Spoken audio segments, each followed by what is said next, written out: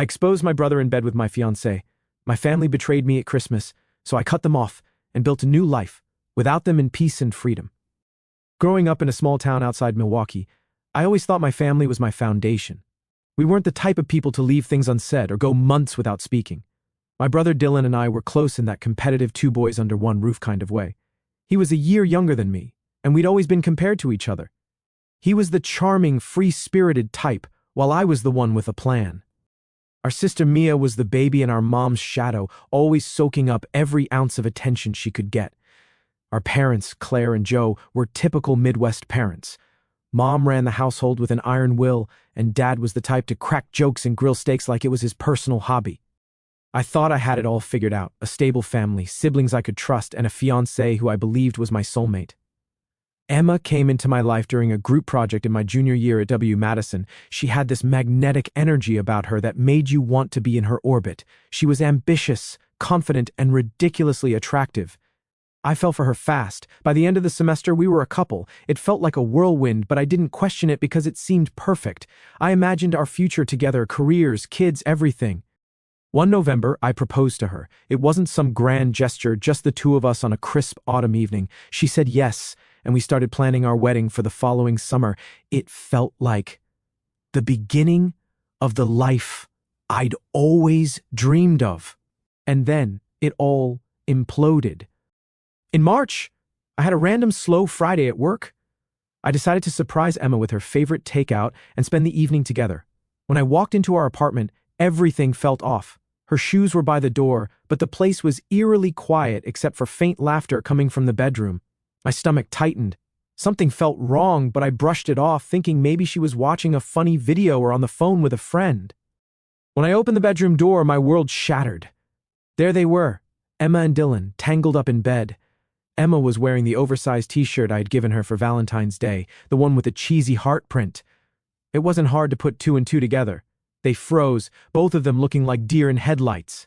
It's funny how silence can say so much. The air in the room felt heavy, suffocating. Dylan, my own brother, had the audacity to say, "It's not what it looks like." I stared at him, almost laughing at the ridiculousness of it. Emma didn't say a word, just scrambled to cover herself with a blanket, like it would erase what I'd just seen. I didn't yell. I didn't ask questions. What was the point? The evidence was right in front of me. I looked at Emma and said, "Pack your shit and get out." My voice was calm, steady. I wasn't about to give them the satisfaction of seeing me lose it. Dylan tried to speak. Something about how it just happened, but I cut him off. "You're dead to me." I wasn't interested in hearing his excuses or fake remorse. There's no "it just happened" when it comes to sleeping with your brother's fiancé. I walked out. I didn't wait for an explanation or a pathetic apology. I grabbed my keys and drove to a friend's house. That night, as I stared at the ceiling, the reality of it all sank in. My fiancé, the woman I planned to marry, and my brother, someone I trusted, had betrayed me in the worst way possible. It wasn't just about the cheating. It was the fact that they'd both actively chosen to destroy something I valued so deeply. The day after I caught Emma and Dylan, I didn't think things could get worse. But of course they did. While I was at work, Emma moved out of the apartment. I'd already told her to pack her stuff and leave, so I figured that was the end of it. But when I came home that evening, there was a note on the counter, sitting right where we used to keep a framed picture of us. It was short, but not sweet. She wrote that she had fallen in love with Dylan and never meant to hurt me, followed by some garbage about hoping I could find it in my heart to forgive them. She had the nerve to finish the note with, "I hope you can still be happy for us one day." Happy for them? I wanted to laugh, but it wasn't funny. It was infuriating. I crumpled the note and tossed it in the trash. There was nothing left to say to her. The apartment felt eerily quiet without her stuff, but I didn't care. I wanted her out of my life as fast as possible, and now she was. My family found out what happened within a few days. I didn't tell them. I'm guessing Emma or Dylan spilled the beans. My mom, Claire, called me immediately. She was furious. Not at me, but at Dylan. She kept saying how she couldn't believe her own son would betray me like that. "He's not welcome here," she said over and over again. At first, it felt good to have her on my side, but I wasn't naive enough to think it would last. My mom's loyalty has always been conditional. She's the type who prides herself on keeping the family together, even if it means sweeping massive betrayals under the rug. I figured it was only a matter of time before she started defending Dylan. My dad, Joe, was a different story. When I finally answered one of his calls, he didn't say much. He just sighed and said, "Well, I guess things like this happen sometimes." I couldn't believe it. He wasn't angry, upset, or even surprised. He treated it like Dylan spilling coffee on my shirt instead of nuking my relationship and my trust in him. Mia, my younger sister, tried to be supportive, but I could tell she was conflicted. She'd call to check on me and say she couldn't believe what Dylan and Emma did, but there was always hesitation in her voice. She was caught between me and the rest of the family, and it was obvious. For weeks, I ignored most of their calls. I didn't have the energy to rehash what happened or hear excuses about why I should let it go. Instead, I threw myself into work. It was the only thing keeping me sane. My boss, Kevin, noticed I was putting in extra hours and asked if everything was okay. I didn't tell him the full story, but I admitted I was dealing with some personal stuff. That's when he mentioned the Indianapolis office. Apparently, they'd been struggling to find someone to lead the team there, and Kevin thought I'd be a perfect fit. It was a promotion and a chance to get out of Milwaukee, far away from Dylan, Emma, and all the mess they'd created. I didn't hesitate. I told him I was interested. When I told my parents about the relocation, my dad just said, "Good for you. A fresh start might be what you need." My mom, on the other hand, acted like I'd announced I was moving to Mars. She cried and begged me to reconsider. "What about family dinners? What about Christmas? You can't just leave us behind, Alex." I told her I wasn't leaving them behind. I was leaving Dylan behind. "He's not part of this family anymore," she said firmly. But I didn't believe her. My mom has a way of saying one thing and doing the exact opposite when it suits her. By July, my gut feeling was proven right. Dylan was back in the house. My mom called me one evening, casually dropping that they'd decided to let him come home for a while because he had nowhere else to go. She acted like it was no big deal, like she wasn't inviting the person who had betrayed me into her home while still expecting me to show up for Sunday dinners. I didn't even try to hide my anger. I told her it was a slap in the face that she was choosing him over me. She tried to justify it, saying, "He's still my son. I can't turn him away." I snapped back, "Well, he's not my brother anymore, and I don't want anything to do with him." That's when she started her family unity campaign. She went on and on about how we needed to heal and move forward as a family. It was all code for just forgive Dylan so I don't have to feel guilty about letting him back in. I wasn't having it. I told her plain and simple that I wasn't interested in healing or pretending things were okay. "You want unity? Then maybe stop rewarding the person who blew everything apart," I said before hanging up. After that, I kept my distance. I was busy preparing for the move to Indianapolis anyway. I found a place, packed up my apartment, and started fresh in a city where no one knew my family or my past. Leaving Milwaukee wasn't easy. I had good memories there, and part of me felt like I was letting Dylan and Emma win by leaving. But staying would have been worse. Every street, every restaurant, every shared memory, it all reminded me of what I'd lost. Moving was the only way to truly start over. By the time I left, I'd all but cut ties with my family. I wasn't answering their calls or responding to their texts. Even Mia's attempts to stay neutral didn't matter anymore. They'd made their choice by letting Dylan back in, and I'd made mine by leaving them behind. I didn't know what the future would hold, but one thing was clear. I was done being the good son who always put family first. From now on, I was putting myself first. It was time to rebuild on my terms. By September, I had gotten comfortable with my new life in Indianapolis. Cutting ties with my family had been the best decision I'd made, even if it wasn't an easy one.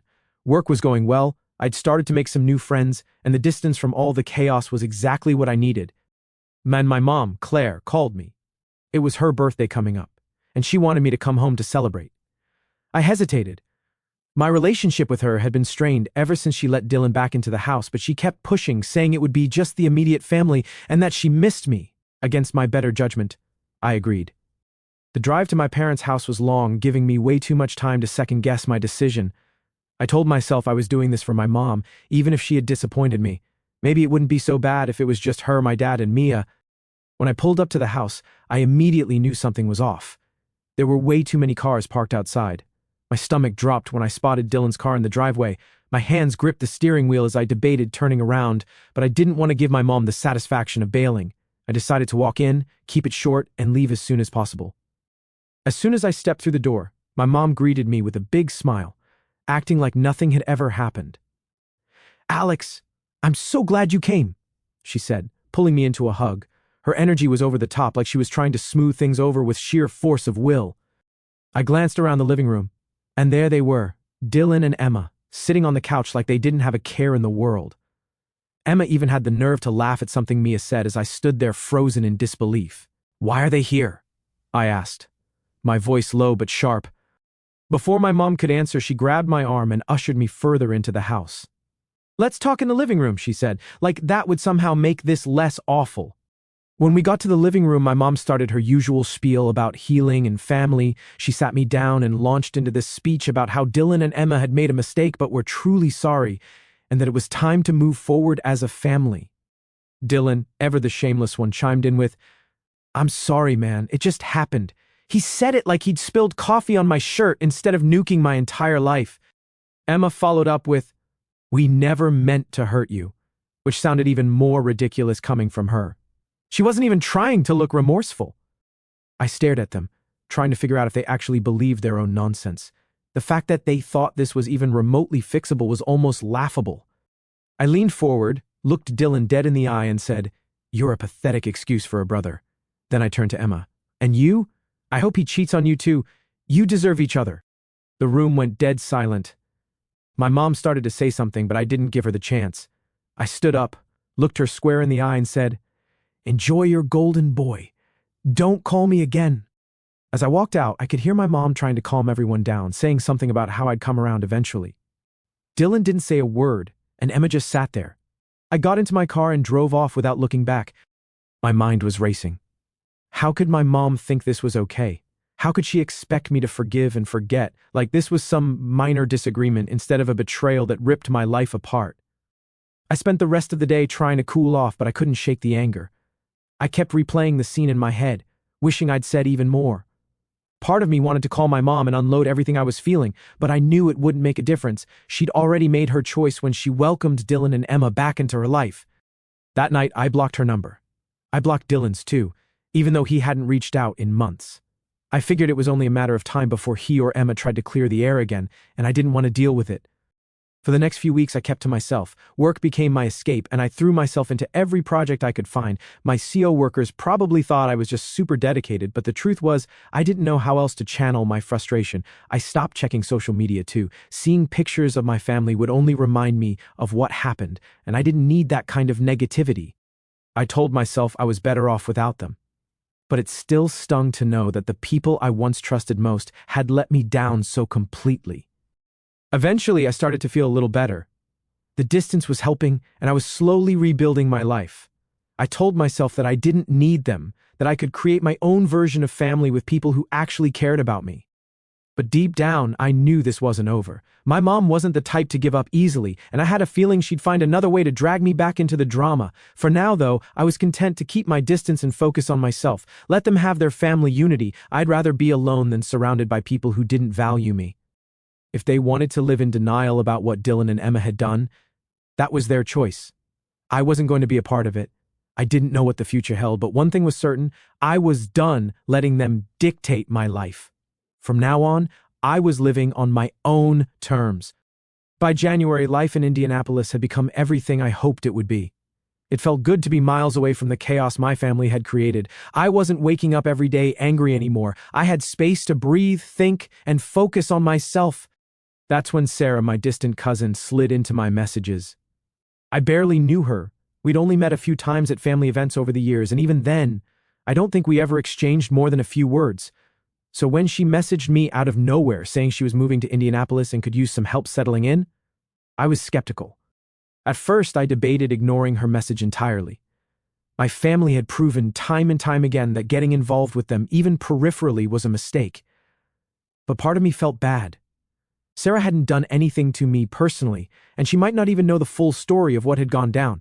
Besides, she seemed genuinely nervous about moving to a new city alone. Against my better judgment, I agreed to help her. The weekend came, and I showed up at the address she sent me. It was a small apartment complex in a quieter part of town, and as I pulled into the parking lot, everything seemed normal until I saw the U-Haul truck and two very familiar figures unloading boxes, Dylan and my dad. For a moment, I froze, gripping the steering wheel so hard my knuckles turned white. My first instinct was to back out of the parking lot and never look back. But before I could, the front door of the apartment opened and out came my mom. She spotted me immediately and waved like this was some sort of family reunion instead of a trap. "Alex, wait!" she yelled, jogging toward my car. I put the car in park and stepped out, but I didn't move any closer. "What the hell is this?" I asked, gesturing toward Dylan and my dad, who were now standing awkwardly by the truck. My mom gave me her usual let's all be reasonable look and started rambling about how Sarah just needed some help and it made sense for the family to come together. It was clear this wasn't about Sarah at all. This was about them finding another way to force me into some kind of reconciliation. Dylan, ever the master of insincere apologies, stepped forward with tears already welling up in his eyes. "I'm sorry, Alex," he said, his voice trembling like he was auditioning.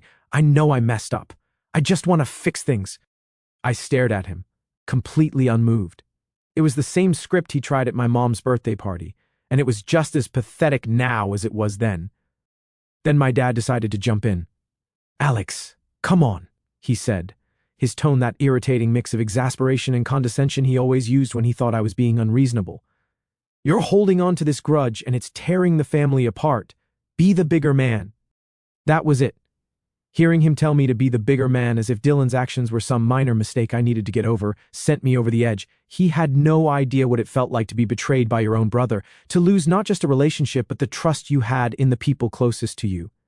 When my dad stepped closer and put a hand on my shoulder, I reacted without thinking. My fist connected with his face before I even realized what I was doing. The sound of it was sharp, and for a moment everything went still. My dad stumbled back, holding his jaw, and stared at me in shock. Dylan looked like he wanted to disappear, and my mom predictably burst into tears. "Alex," she sobbed, as if I was the one ruining everything. "How could you?" Dylan muttered something under his breath about me going too far, but I didn't even bother responding.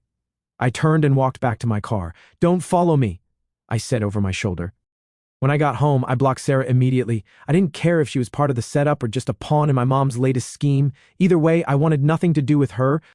That night, I sat on my couch trying to process what had just happened. I wasn't proud of losing my temper, but I didn't regret it either. My dad had crossed a line, and if a punch to the face was what it took to make them understand that I wasn't going to be manipulated, so be it. The worst part was that this wasn't even surprising. My mom had always been willing to bend over backward to protect Dylan, no matter how much damage he caused, and my dad was more concerned with keeping the peace than actually addressing the problem. I wondered how long they'd been planning this. Had they been talking to Sarah for weeks, convincing her to reach out to me, or was it a last-minute idea? Either way, it didn't matter. What mattered was that I'd walked away before they could rope me back in. The next morning, I woke up feeling a strange mix of relief and sadness. Relief because I'd stood my ground, but sadness because it was yet another reminder of how far gone my family was. There was no fixing this. They didn't see Dylan and Emma's betrayal for what it was, and they never would. I decided that day to cut ties even further. I wasn't going to give them any more opportunities to pull me into their mess. My life in Indianapolis was good, and I wasn't about to let them ruin it. Whatever they wanted from me, closure, forgiveness, a return to normal, they weren't going to get it. I was done being the scapegoat, the one expected to keep the family together while everyone else did whatever they wanted. From now on, I was focusing on myself. They could keep their fake apologies and forced family unity. I didn't need any of it. By December, I was in a much better place emotionally and mentally. Life in Indianapolis was steady, and I had started dating Hannah, 24 female, a woman who quickly became my rock. She was everything I needed: kind, funny, supportive, and most importantly, she respected my boundaries. She knew about the mess with my family and never once pressured me to reconnect. Hannah's family lived in Chicago, and she invited me to spend Christmas with them. It was the first time in years that I was genuinely looking forward to the holidays. Her parents were warm and welcoming, her siblings were great, and there was none of the tension and drama that had plagued my family gatherings for as long as I could remember. A week before Christmas, though, I got a letter in the mail. I almost ignored it because I didn't recognize the handwriting. When I opened it, my stomach dropped. It was from my mom. She wrote that Dylan and Emma had gotten married and that my parents were now separated. She didn't go into detail about why, but she kept emphasizing how much the family needed me this Christmas. She begged me to come home, saying it could be a chance to heal and to move forward. I read the letter twice, trying to figure out what she was really asking for. Was this about me? Or was it just another attempt to fix the mess Dylan had created? The mention of their marriage made me sick to my stomach. It felt like a slap in the face, a reminder that they had moved on without a shred of remorse for what they'd done. When I showed the letter to Hannah, she suggested I let it go. "You don't owe them anything," she said gently. "If it's just going to hurt you, there's no reason to put yourself through that." She was right, of course, but a small part of me still felt guilty, not for cutting them off, but for the fact that I couldn't shake the sense of obligation my mom always tried to instill in me. In the end, I decided to spend Christmas with Hannah's family.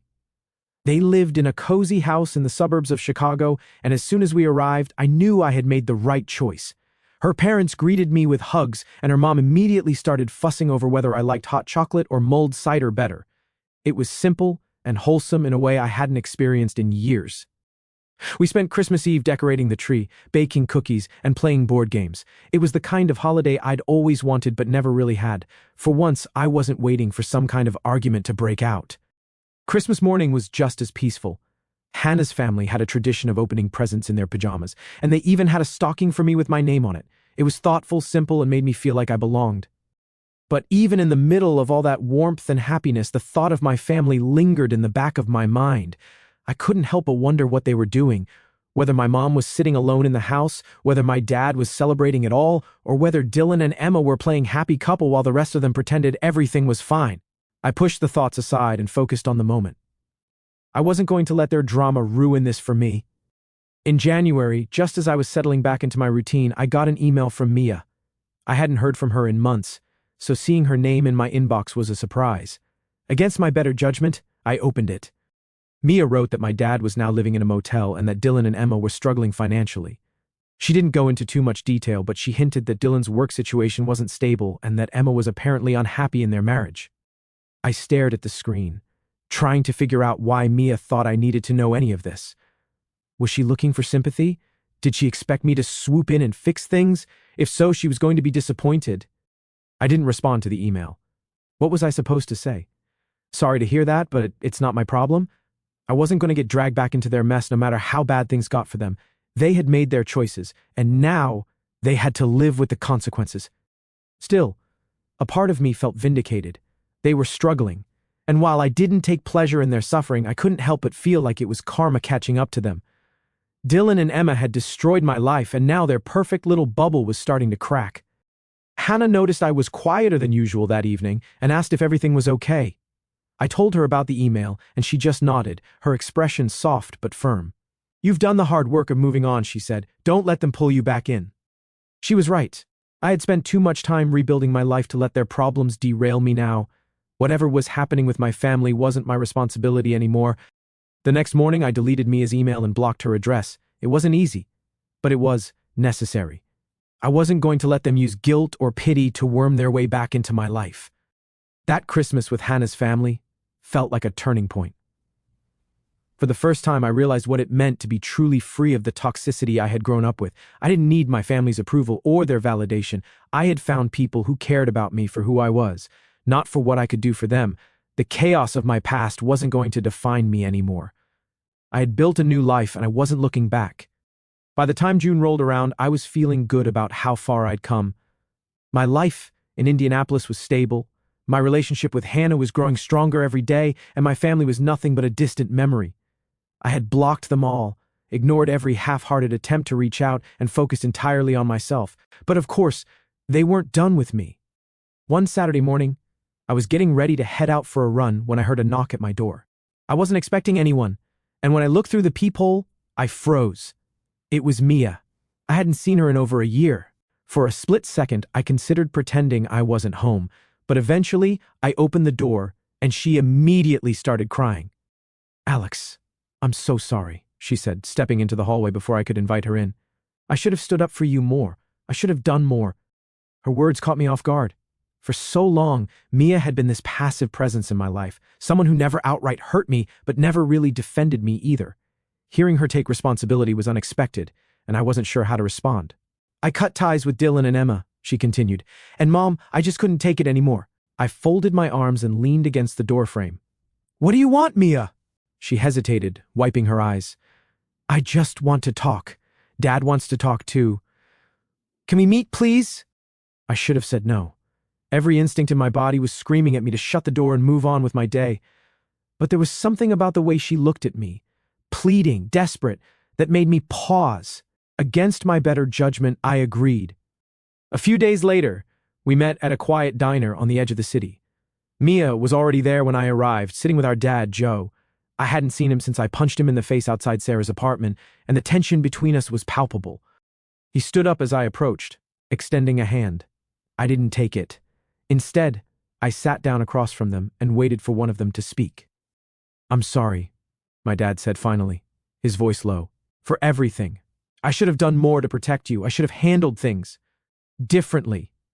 It wasn't much, but it was more than I expected. For a brief moment, I felt a flicker of hope that maybe, just maybe, things could be salvaged. Then the door to the diner opened, and my mom walked in. I tensed immediately, and my dad had the decency to look embarrassed. "She wanted to come," he said, as if that excused blindsiding me. And of course, right behind her were Dylan and Emma. I stood up, ready to leave, but Mia grabbed my arm. "Please, Alex, just hear them out." That was it for me. I shook her off and looked at all of them. "You're not my family anymore," I said, my voice cold and steady. "You want forgiveness? Find someone else to manipulate. I'm done." I threw some cash on the table for my coffee and walked out, ignoring the voices calling after me. That was the moment I knew there was no going back. They could beg, plead, and cry all they wanted, but I was done being the scapegoat for their dysfunction. Now at 2008, I feel like I've lived several lifetimes since the chaos of my family unfolded. When I look back at everything that's happened, it almost doesn't feel real, like it was someone else's life. But the scars remind me it was all too real. The good news is I've come out stronger, wiser, and surrounded by people who actually care about me. Hannah and I got engaged last year. It was nothing fancy, just the two of us at our favorite park in Indianapolis. I didn't go for some grand gesture because I'd learned that real love doesn't need a spectacle. When I asked her to marry me, she cried and said yes immediately. That moment felt like the final piece of the puzzle I'd been trying to solve since everything fell apart. She's not just my fiancé, she's my partner. In every sense of the word, she supported me through all the ups and downs, listened without judgment, and never once tried to push me back toward the family I left behind. With her, I feel safe in a way I never thought possible after what Dylan and Emma did. The biggest news, though, we're expecting our first child. It's a boy, and every time I think about holding him for the first time, I get this overwhelming mix of excitement and nervousness. I never thought I'd be ready for fatherhood after the mess I grew up in, but Hannah's confidence in us gives me hope. We're going to do everything we can to give our son a life full of love, respect, and stability, the kind of life I didn't have. One of the first steps I took toward completely cutting ties with my family was changing my last name. I didn't rush into it. For a while, I thought it might be too extreme or that it wouldn't make much of a difference. But as time went on, I realized that my last name felt like an anchor to the past, and I was ready to let it go. It was a strange feeling standing in the courthouse and filling out the paperwork. When the judge signed off on it, I felt this unexpected sense of relief, like I'd finally closed a door I'd been afraid to shut completely. I chose a last name that felt meaningful to me, something tied to a personal hero rather than my family tree. Hannah was fully supportive. She even joked that she'd take my new last name once we got married, saying, "We're starting our own legacy now." That really stuck with me. The idea of creating something new, something separate from all the pain and betrayal, became my focus. I've heard bits and pieces about what's been going on with my family since I cut them off. Not because I seek it out, but because mutual acquaintances sometimes slip up and mention it. Apparently, my parents are officially separated now. My dad is living in a tiny rental on the outskirts of town, and my mom is still in the family house trying to keep up appearances. Dylan and Emma? Let's just say karma hasn't been kind to them. They're drowning in debt, and from what I hear, their marriage is on shaky ground. Emma lost her job, and Dylan's work situation is far from stable. The irony isn't lost on me. After everything they did to tear me down, they're the ones struggling to keep their heads above water. As for Mia, her fiancé left her a few months before their wedding. I don't know the details, and honestly, I don't care to. She made her choice to stand by Dylan and Emma when it mattered most, and that's not something I can forgive.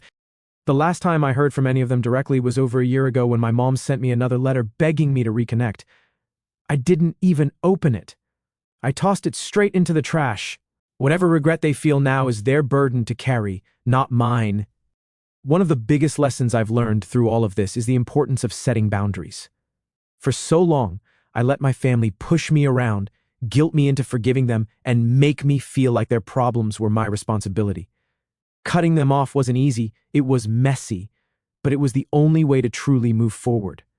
Sometimes I wonder if my family ever looks back and regrets their choices. Do they think about the pain they caused? Do they realize how much they lost by betraying me?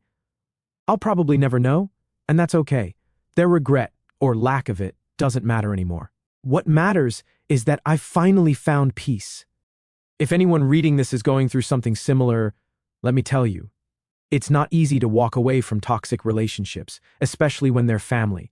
But sometimes it's the only way to protect your peace and create the life you deserve. You're not obligated to keep people in your life just because of shared DNA. I've learned that family isn't about blood. It's about the people who show up for you, support you, and love you unconditionally. And with Hannah by my side and our little one on the way, I finally have the family I've always wanted.